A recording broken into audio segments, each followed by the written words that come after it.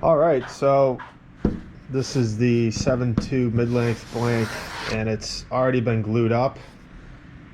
And I now have it sitting on a stand, and I'm gonna start shaping. I already kind of took off the ridges of the bottom and set up some lights, low angled, just to help, because it definitely makes a difference. You can see the contours much better.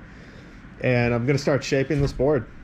So really the main thing I'm going to use to shape is this block. So on this side I have some 40 grit glued, and then I believe the block itself is around 150.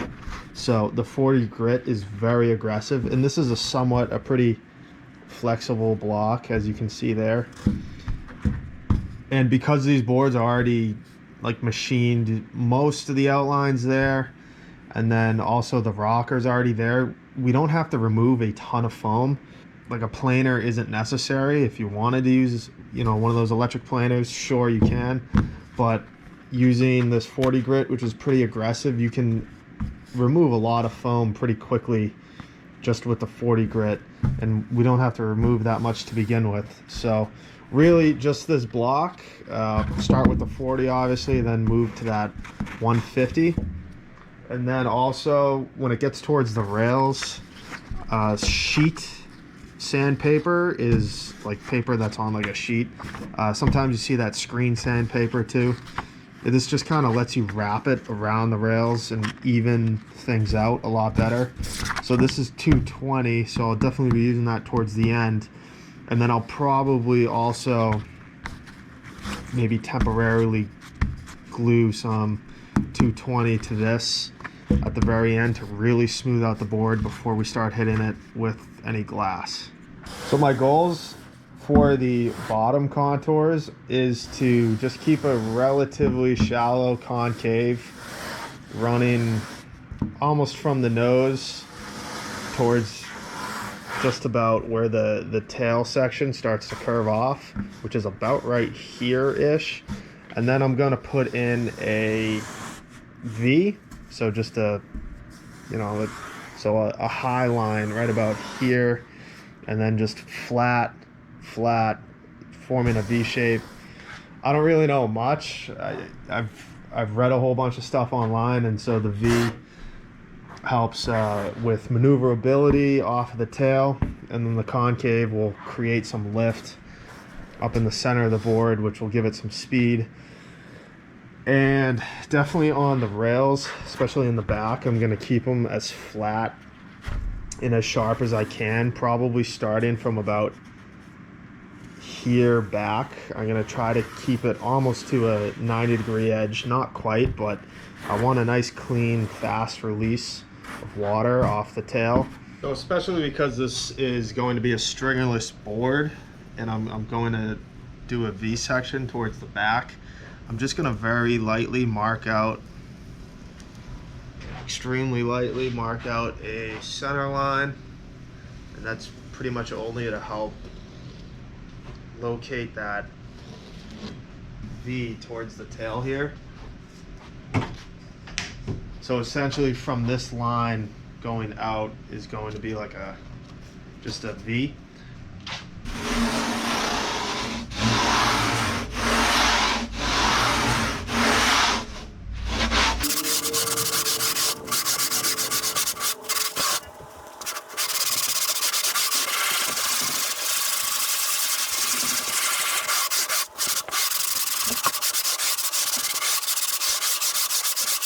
So taking a measurement here, right about here is where I want the concave to be at its deepest, and I'm really shooting for maybe just shy of a ½ inch. So I do have some work to do. I'm just shy. I'm maybe at about 1/3 of an inch, so I got a bit more to go. But all I'm doing is just focusing with the flexible block here, focusing in this center area, and then just feathering it out towards the rails so we kind of maintain an even concave and not just something in the center with flats here. So just making sure I work it out all the way towards the edges. All right, so finished putting in that concave. Kind of starts right about here, reaches its max about here. It's definitely less than a 1/2 inch, but probably somewhere between a 1/4 inch and a 1/2 inch. And then pretty much peters out right about here. So right about here is a flat. And then I already, I remarked that center line where I want that V. So now I'm just gonna very gently introduce a V and hopefully get a nice sharp line going right up there.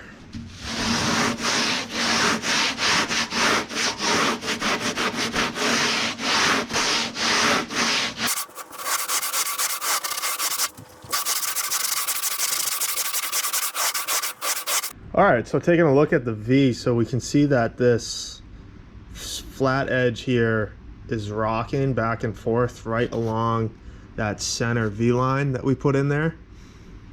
And it stays pretty even going all the way back, all the way towards that tail. It probably starts up about here-ish, right or so. Yeah, right about there. Yeah, that's pretty much it for the bottom. So we have that concave, single concave all the way to the front until we get about to this tail section, and then we worked in that V. And I'm pretty sure I might just do one single fin. I haven't figured out the fin yet, but yeah, a single fin. And so that pretty much wraps up the bottom contours. So here on the deck, so we can see these mill marks, we can see some of the supports that are used on the milling machine. And so this 40 grit, I mean, it really takes it right off really quickly.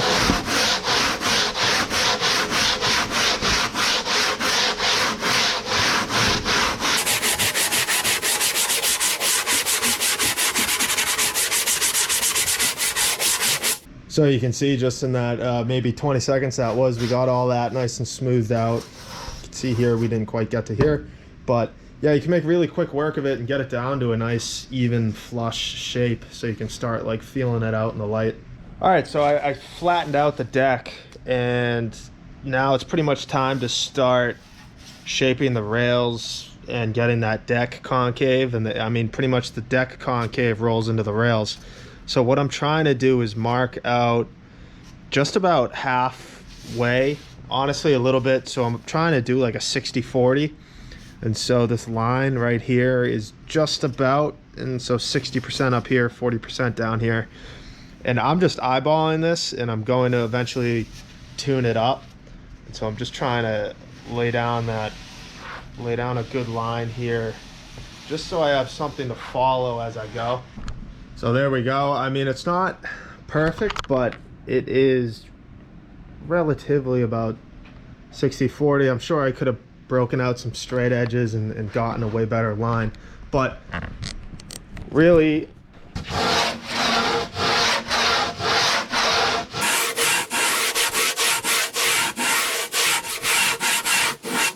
and so this is where, you know, you start switching over to paper like this. So this is 220. I wish I got some like 120 of this. And so what I've been doing instead is using this, which is 120, and this is not ideal at all, because sometimes these vent holes can catch and kind of gouge out the foam, but if you're really careful, you can pretty much avoid it.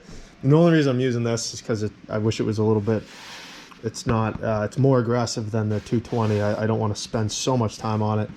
But so the whole point of the papers is you can get them to like shape, kind of go around the entire rail. And so if you put it at an angle like this, it really glides across it pretty nicely, and you get a longer cut surface, and that works also just to fair out the whole edge. So when it gets to the rails, is I start pretty much going from tip to tip, just to kind of start to really fair things out and even it out. And again, I'm going for like a 60-40 soft rail type situation. So I'm focusing a little bit more of rounding over this top as opposed to the bottom. I want to keep the bottom a bit tighter of a radius. So this whole thing is just going up and down the entire board like this. And it really starts to fare out pretty nicely, and it starts to look great.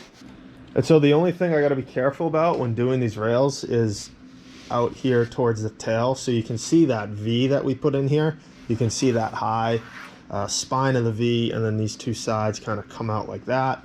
It's very slight, but with these lights you can see it. I want to keep these trailing edges probably from about here all the way down. I want to keep those pretty much sharp, just for a more clean release of the water and a little bit more speed with it. So when I'm feathering in the rails with that paper, I pretty much kind of like taper out and and lift the paper off right about here, so I can maintain that sharp edge. Okay, so I think that's it for the shaping. It's down to a relatively smooth standard where I would normally glass up foil boards. It's actually probably a bit smoother than that.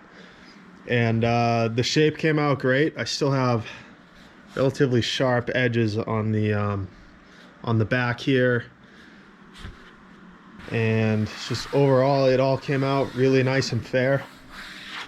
Turned out really good, so I'm actually excited to glass it up and feel it out once it's glassed up.